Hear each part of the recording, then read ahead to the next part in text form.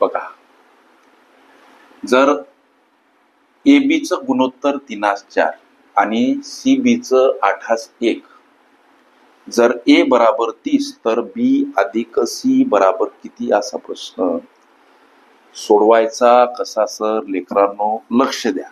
इथं ए आणि बी अर्थात एस बी यांचं गुणोत्तर 3/4.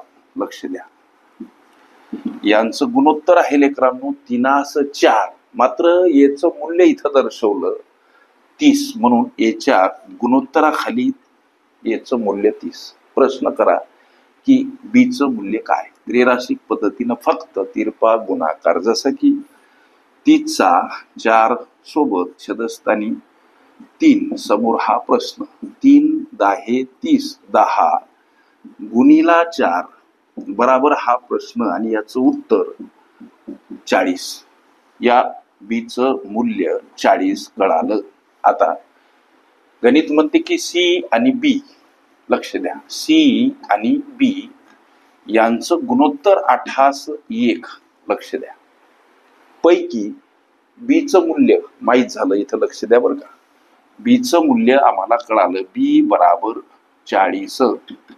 मग बीचं मूल्य इथं बीच्या गुणोत्तराखाली मांडा 40 आणि प्रश्न करा की सीचं मूल्य काय?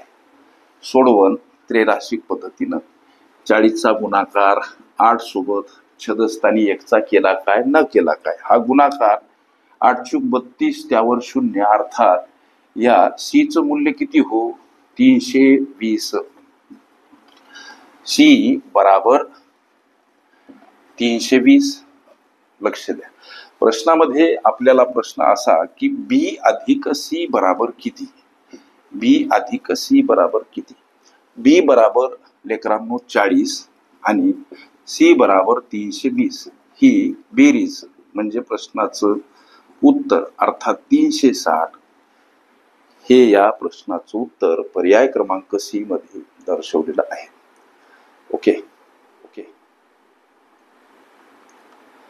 गुणोत्तर प्रमाण ही माझी प्लेलिस्ट अवश्य बघा. त्यामध्ये विविध स्पर्धकांनी विविध अंगांनी विचारल्या संभाव्य अशा असंख्य प्रश्नांचा सराव तुम्हाला करता येईल. ओके.